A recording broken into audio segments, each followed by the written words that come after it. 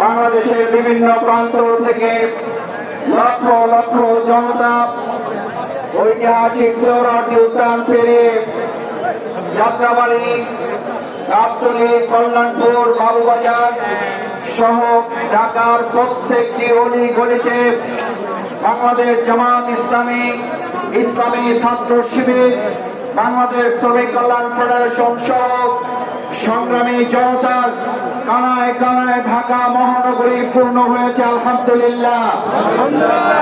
সংগ্রামী ভাই এবং বন্ধুগণ, আজকের এই জাতীয় সমাবেশের সভাপতিত্ব করবেন প্রত্যাশিত মানবিক বাংলাদেশের অন্যতম কারিগর, আজকের এই জাতীয় সমাবেশের সম্মানিত সভাপতি, শহীদি কাফেলা, বাংলাদেশ জামাত ইসলামীর সংগ্রামী আমির জামাত জননেতা জনাব ডাক্তার শফিকুর রহমান ইতিমধ্যে আমাদের মঞ্চে এসে উপস্থিত হয়েছেন। বাংলাদেশ জামাত ইসলামীর সংগ্রামী সেক্রেটারি জেনারেল, সাবেক এমপি, মুসলিম জননেতা অধ্যাপক মিয়া গোলাম পরোয়ার উপস্থিত হয়েছেন।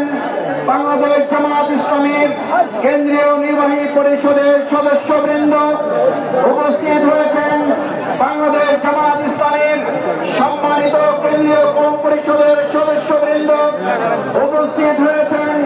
সম্মানিত মহানগরী জেলার আমিরবৃন্দ, ইসলামী ছাত্র শিবিরের বিভিন্ন পর্যায়ের নেতৃবৃন্দ।